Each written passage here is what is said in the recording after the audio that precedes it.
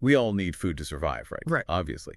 But what if the very system that's, supposed to be feeding us is actually like doing more harm than good? That's a good question. That's exactly what we're going to be diving into today. Yeah. We're going to be talking about the global food system.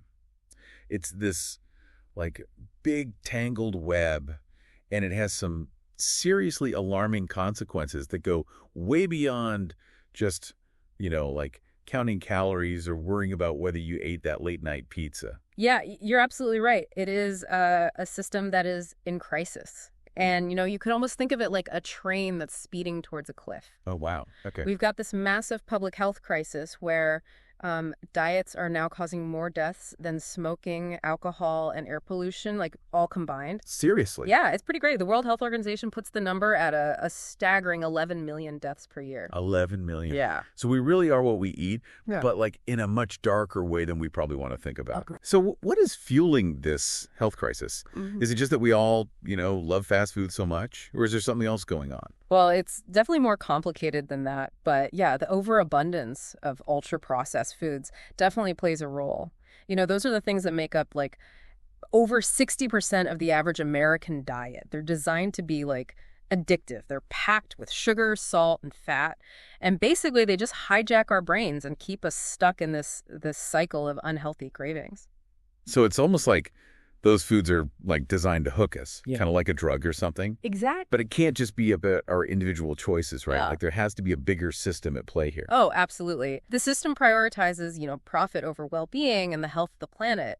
Imagine a snake eating its own tail. That's basically the global food system. Like it's trapped in this really destructive cycle that has these devastating consequences. That's a pretty intense image.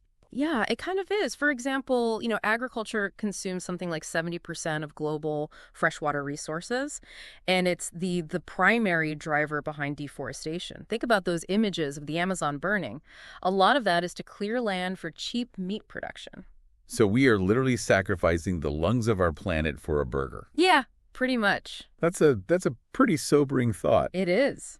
But let's get into some more specifics here. You mentioned pesticides earlier. I know they're used on crops. But how much are we really exposed to? Like, what are we talking about? We're talking about like massive scale, like over 4.1 billion pounds of pesticides are sprayed globally every year. Wow. And these chemicals, they don't just disappear. Like they seep into our water, they contaminate the soil, they even pollute the air that we breathe. So we're constantly exposed. And the health impacts, can be really significant. We're talking about cancer, hormone disruption, even potential links to infertility. Wow. It's starting to feel like we're playing Russian roulette with every meal. Yeah. So, what about this monoculture thing I keep hearing about? Is that another piece of this puzzle? Oh, yeah. It's a huge factor. So monoculture is the practice of like relying heavily on just a few crops like wheat, corn, and rice. And over 40% of global cropland is dedicated to just those three staples. Wow. Oh, So it's like putting all your eggs in one basket, but on a global scale. Yeah. Okay. And this just makes our food system incredibly vulnerable. So like if a disease comes and wipes out one of those monoculture crops, we're all in trouble. Exactly. Okay, that makes sense. Yeah, and monoculture depletes the soil, it reduces biodiversity, it makes these crops susceptible to pests and diseases, and ultimately it weakens our food security and it makes us more vulnerable to things like price spikes and shortages. And like we're already starting to see some of that stuff happening, right? Right. Okay, that makes a lot of sense. So this bliss point you mentioned before, it sounds kind of nice, like a bliss point. But I have a feeling that there's a dark side to it. Am I wrong? You are not wrong at all. Okay, good. So it does sound appealing, but it's actually the food industry's secret weapon. Scientists have figured out the precise combination of sugar, salt, and fat that just triggers these intense cravings in our brains. So they're literally engineering junk food to be addictive. Wow. And it works. The average American consumes a staggering 57 pounds of added sugar per year. What? 57 pounds? Yeah, that's like filling a bathtub with sugar. Oh, that's a lot of sugar. Yeah, it's a lot of sugar. Okay. You know what? This is really making me rethink my snacking habits, but there's more to this, right? Yeah. You also mentioned factory farms and how they're like a breeding ground for disease. Right. And this is a major concern. So to keep animals alive in those like cramped and unsanitary conditions. They're just pumped full of antibiotics.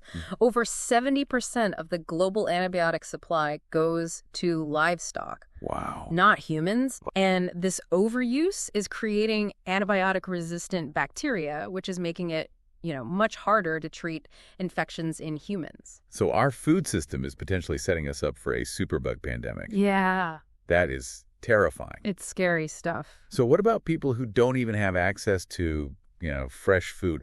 What are food deserts and how do they fit into all of this? Yeah, so food deserts are basically areas where access to affordable, nutritious food is limited or non-existent. And this often happens in low-income communities. And they're often flooded with fast food restaurants and convenience stores, so it creates what we call a food swamp. Oh, okay. And this lack of access to healthy options just further contributes to diet-related diseases like obesity and diabetes. It's like a double whammy. The Yeah. system pushes unhealthy food on people and then makes it almost impossible to find anything else. Exactly. This is all pretty overwhelming. What can we do about it? It feels like we're trapped in this system. Well, it's not hopeless. We've seen the problems. But now let's explore some solutions. Okay, yeah, good. So one thing you can do is choose organic foods whenever possible. Okay. And this can actually reduce your exposure to pesticides by up to 90%. And you don't need to overhaul your entire diet overnight. But prioritizing organic versions of the Dirty Dozen that's produced with the highest pesticide residues is a great place to start. The Dirty Dozen. Okay, so I need to look that up. Yeah, you should look it up. Okay, so I'm swapping out my conventional strawberries for the organic ones. What else can I do? So supporting local farmers is another great option. Okay. Buying local means fresher food. It means a smaller carbon footprint. And it helps keep small farms in business instead of supporting these massive corporations. I love the idea of sticking it to the man while getting delicious fresh food. Yeah, exactly. But what about those of us who don't have a farmer's market nearby, or maybe we can't always afford organic prices? Are there other options? Absolutely. Even growing a small herb garden, on your windowsill or planting a few tomatoes in your backyard can be a really powerful step. Okay. It connects you to your food. It reduces your reliance on this, big industrial system. And let's face it, there's something incredibly satisfying about eating something that you grew yourself. It's like a form of self-care that also benefits your health and the planet. Exactly. I like that. Okay, so what about reducing food waste? We've all heard about it, but does it really make that much of a difference? It's a bigger deal than you might think. So we waste something like 30% of all the food produced globally. Seriously, 30%? Yeah. And that's food that could be feeding people, but instead it's rotting in landfills, contributing to greenhouse gas emissions. And just think about all the resources that are wasted, to produce food that never even gets eaten. Water, energy, land. It's heartbreaking. Yeah, that is pretty heartbreaking when you think about it like that.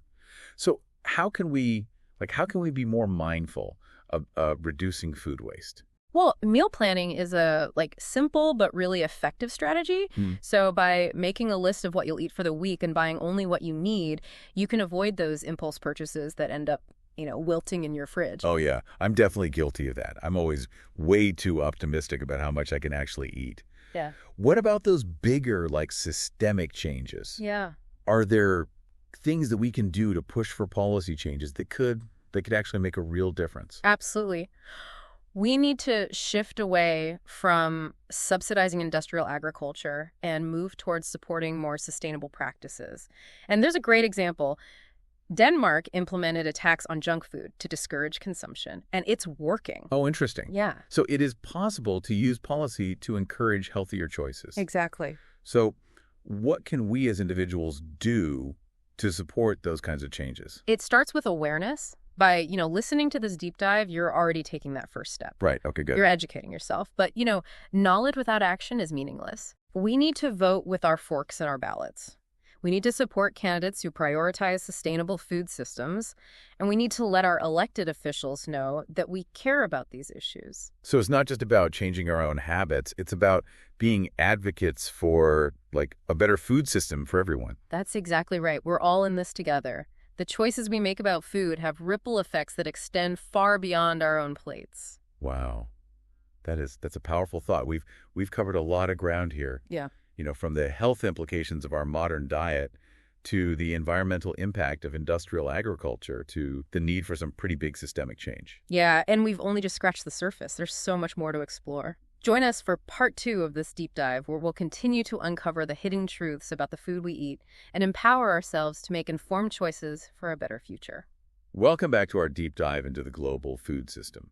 It's kind of amazing how something so essential to our lives can be so complex and honestly a bit unsettling once you start peeling back the layers. Yeah, it really is. It's like discovering this hidden world, isn't it? We just assume that food magically appears on our plates.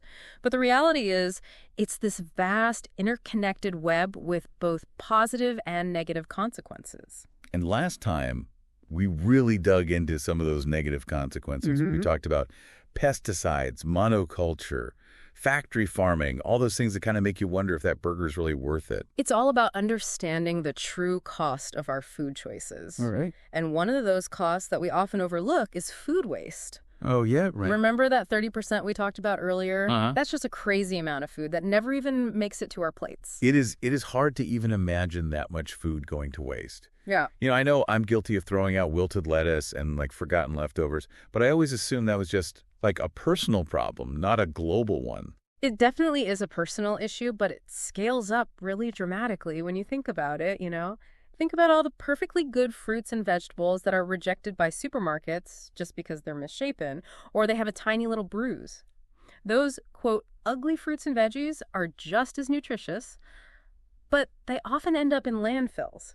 Yeah, it's kind of crazy how obsessed we are with perfect-looking produce. It is. So besides being more mindful about what we're, tossing out in our own kitchens, are there ways to, address this massive waste problem on a larger scale? Oh, absolutely.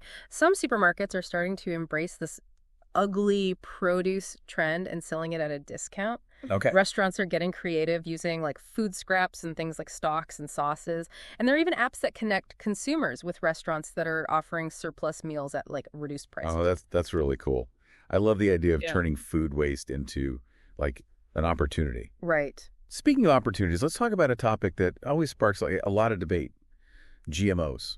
Genetically modified organisms, or GMOs, are definitely a hot button issue. I mean, they've been, hailed as this solution to world hunger, but then they've also been demonized as this threat to our health and the environment. It's true. So I have to admit, I'm a little confused about GMOs. I hear conflicting information all the time. It's hard to know what to believe. Can you just break it down for us? Sure. So essentially, GMOs are plants or animals that have had their DNA altered in a lab to introduce specific traits. Okay. And this could be resistance to pests, tolerance to herbicides, or even enhanced nutritional content. So it's like giving crops superpowers in a test tube. Yeah, that's a good way to put it. And proponents argue that GMOs can increase crop yields, they can reduce pesticide use, and they can even help address malnutrition in developing countries. Okay. But I know there are concerns about GMOs too. Yeah. So what are some of the potential downsides? Well, one concern is the potential for unintended consequences. So critics worry about GMOs cross-pollinating with non-GMO crops, maybe creating herbicide-resistant superweeds. Oh, wow. Or even having unknown long-term effects on human health. So it sounds like there's a lot we still don't know about the long-term impacts. And it seems like the debate often boils down to GMOs are good versus GMOs are bad, which doesn't feel very nuanced. Yeah, I agree. It's a complex issue, and there are, valid points on both sides. Right. Ultimately, consumers deserve transparency. Right. And they have the right to choose whether or not they're consuming GMOs, which is why, clear labeling is so important. Okay. So transparency and informed choices, that seems to be a recurring theme in our conversation about the global food system. They're essential. Yeah. So we've talked about individual choices. Right. But let's kind of zoom out for a second and consider the role of policy in shaping a more sustainable and equitable food system. Yeah. You remember Denmark's junk food tax? That's a great example of how policy can kind of nudge people towards healthier choices. It is. Are there other examples of successful policy changes that we can learn from? Definitely. So France has implemented a law requiring supermarkets to donate unsold food to charities, which has significantly reduced food waste. Oh, wow. And in Brazil, there's a national program promoting family farming and sustainable agriculture practices. And these are just a few examples that show that, positive change is possible when governments prioritize food system reform. Yeah. It is encouraging to see those like success stories. It makes me feel like we can actually create a better food future if we like work together. We can. But how do we get there? It feels like such a massive undertaking. It can feel overwhelming, Yeah. but remember, even small changes, like multiplied by millions of people, they can create a huge ripple effect. Okay. And it starts with each of us taking responsibility for our food choices and becoming like advocates for change. So choosing organic when possible, reducing food waste, supporting local farmers, these are all like individual actions that add up to this collective impact. Exactly. And we can amplify that impact even more by supporting organizations that are, working on food system reform, voting for candidates who prioritize these issues, and even just talking to our friends and family about what we've learned. So sharing knowledge is powerful. It really is. This deep dive has really opened my eyes to the complexities of the global food system. And I'm already like thinking differently about the choices I make. But I'm also feeling like a bit more hopeful knowing that we can be part of the solution. That's the key takeaway. We're not powerless. Yeah. By understanding the challenges and embracing the solutions, we really can create a food system that nourishes both people and the planet. So what else is like lurking beneath the surface of our food system? Let's dive into part 3 and continue this journey of discovery together. Welcome back to the deep dive. It's amazing how much we've uncovered about the global food system. The good, the bad, and they're just like downright unsettling. I know, right? It's like we've peeled back the curtain on this magic show, and we're seeing all these like intricate mechanisms behind something that we just, totally take for granted every single day. Yeah, and while some of those mechanisms are like seriously alarming, I'm honestly feeling more empowered than ever. Like knowing the truth, understanding the challenges. It's almost like we've been handed this toolkit to start making a difference. Exactly. That's the spirit. It's so easy to get overwhelmed, by how big these problems are. But we have to remember that every bite we take, every dollar we spend, every conversation we have, it's all a chance to shape a better food future. So let's recap those tools in our toolkit. Yeah. We talked about like choosing organic, reducing waste, supporting our local farmers. Those are all like great starting points. But what about taking things a step further? Like what about influencing the bigger picture? Right. That's where policy and corporate accountability come in. You can think of it this way. Our individual choices are like pebbles creating ripples. But policy changes, those are the things that can create waves that reshape the entire system. Oh, I like that analogy. Yeah. So how do we create those waves? Like where do we even begin? Well, one really powerful lever is supporting organizations that are out there fighting for a more sustainable and just food system. There are so many groups working on everything, from promoting things like regenerative agriculture to advocating for fair trade practices to lobbying for stronger food safety regulations. It's incredible. So doing our research and donating to organizations that like really align with our values can have a real impact. Absolutely. Okay. So what about those of us who want to be like more hands-on? Are there ways to get like directly involved? For sure. Volunteering at your local food banks, community gardens, even farmers markets, that's a great way to make a really tangible difference right where you live. And you can also contact your elected officials and let them know that you care about these issues. Really urge them to support policies that promote sustainable food systems. So voting with our forks and our ballots. Exactly. Got it. And it's about making our voices heard and showing our elected officials that these issues actually matter to us. Exactly. And don't underestimate those conversations either. Talk to your friends, talk to your family, your coworkers, tell them what you've learned, share articles, documentaries, even, this podcast episode. The more people who are aware of these challenges and solutions, the more momentum we can build for change. It's like planting seeds of knowledge that can blossom into a more sustainable and just food future. That's a great way to put it. I have to admit, diving into this topic has been a little bit of a roller coaster. Moments of shock, moments of despair, but also these like glimmers of hope and inspiration. Well, that's the nature of facing these, really complex issues. But we have to remember that the global food system isn't some like monolithic, unstoppable force. It's actually just a reflection of our collective choices, and we have the power to transform it. Yeah, we talked about individual actions, policy changes, supporting organizations. What about holding corporations accountable? Like how can we influence those big players in the food industry? Consumer pressure is incredibly powerful. We can vote with our wallets, choose to support companies that prioritize ethical sourcing, fair labor practices, environmental sustainability, and we can also use our voices to call out companies that engage in harmful practices, demand transparency, demand change. So it's about doing our research, reading labels, making conscious choices about where we spend our money. And if we're not happy with a company's practices, we can speak up, write letters, even boycott their products. Exactly. Companies respond to consumer demand.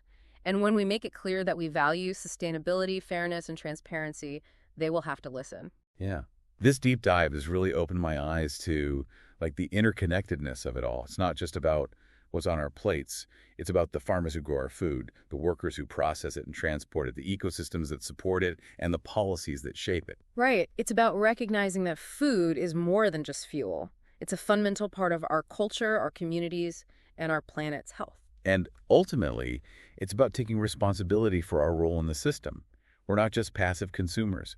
We are active participants, and we have the power to create a food future that nourishes both people and the planet. That's right. So let's go out there and be the change we want to see in the world. One delicious, sustainable bite at a time. Thank you so much for joining us on this deep dive into the global food system. We hope you've been inspired, informed, and empowered to make a difference. Remember, every choice counts. And together, we can create a food system that's truly nourishing for all.